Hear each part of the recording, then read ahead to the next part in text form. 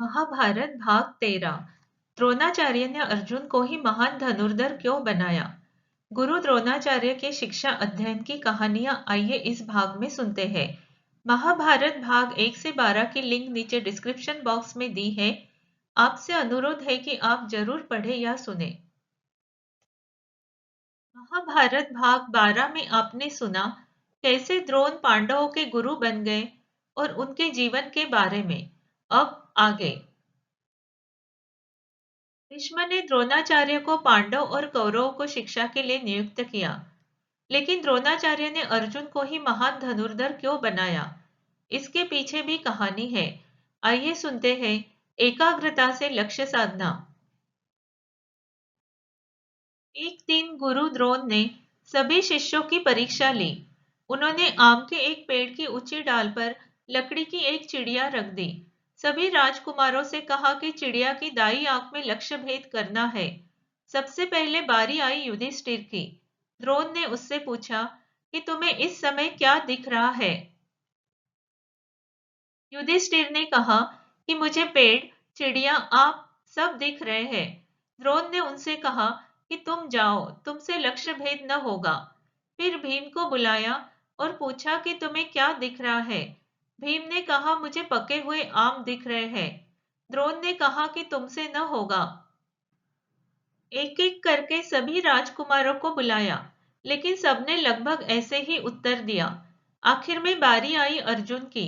द्रोण ने उससे पूछा कि कुंती पुत्र, तुम्हें क्या दिख रहा है? गुरुवर, मुझे केवल चिड़िया की आंख दिख रही है, इसके अलावा कुछ नहीं। गुरु द्रोणाचार्य प्रसन्नता से बोलते हैं, अर्जुन लक्ष्य साधो। अर्जुन ने तीर चलाया जो सीधे चिड़िया की आंख में लगा। गुरु द्रोणाचार्य अर्जुन की एकाग्रता देखकर बहुत प्रसन्न हो जाते हैं। अर्जुन से कहते हैं कि एक श्रेष्ठ धनुर्धर बनने के सारे गुण तुम में है। आगे जाकर धनुर्विद्या में तुम्हारा नाम होगा। लक्ष्य प्राप्ति के लिए निष्ठा। दूसरी कहानी। अर्जुन का लक्ष्य प्राप्ति के लिए अभ्यास।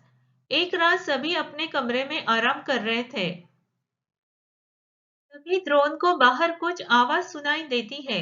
वो बाहर आके देखते हैं तो एक दीवार पे सफेद गोल घेरा बना हुआ है और अर्जुन अंधेरे में तीर चला रहा होता है। द्रोण देख के बोलते हैं कि अर्जुन, तुम दिन में भी अभ्यास कर सकते हो, इस तरह रात में क्यों अभ्यास कर रहे हो? अर्जुन कहता है कि गुरुवर, सब अपने लक्ष्य को देखकर भेदते हैं, मैं बिना देखे ही लक्ष्य को भेदना चाहता हूँ।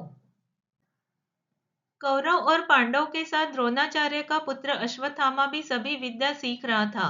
पुत्र प्रेम के चलते द्रोण उसे सबसे श्रेष्ठ बनाना चाहते थे। उन्हें लगता था कि मेरा पुत्र ही द्रुपद। महाभारत भाग 12 में सुनिए कैसे द्रुपद ने द्रोणाचार्य का अपमान किया था। उसने जो अपमान किया है उसका बदला लेगा। बाकी शिष्य से इसे मैं ज्यादा विद्या सिखाऊंगा। पर ये कैसे संभव है? ड्रोन को सोच के जब भी सबका अध्ययन चल रहा होता है तो सभी को एक कमंडलू जिसका मुंह बहुत ज्यादा छोटा रहता है देता है और कहता है कि इसमें नदी से पानी भरकर लाओ।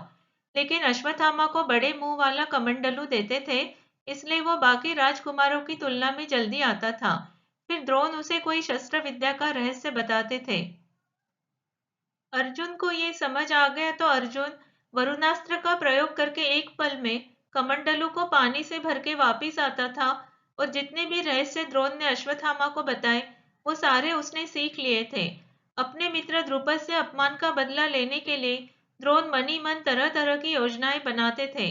अर्जुन की एकाग्रता और निष्ठा देखकर उनके मन में विचार आता है कि अर्जुन मेरे पुत्र अश्वत्थामा से ज्यादा धनुर्विद्या में योग्य है। अर्जुन सर्वश्रेष्ठ धनुर्धर बनना चाहता है और मेरा प्रतिशोध भी कोई श्रेष्ठ व्यक्ति ही ले सकता है। मेरा बदला लेने के लिए अर्जुन ही योग्य है। ये सोच के वो अर्जुन को महान धनुर्धर बनाने में जुट गए। महाभारत भाग 14 में सुनते हैं द्रोण के शिक्षा अध्ययन के कुछ और किस्से। अगर आपको कहानी अच्छी लगी तो कहानी को लाइक करें और मेरे चैनल डियर कहानी को सब्सक्राइब करें। धन्यवाद।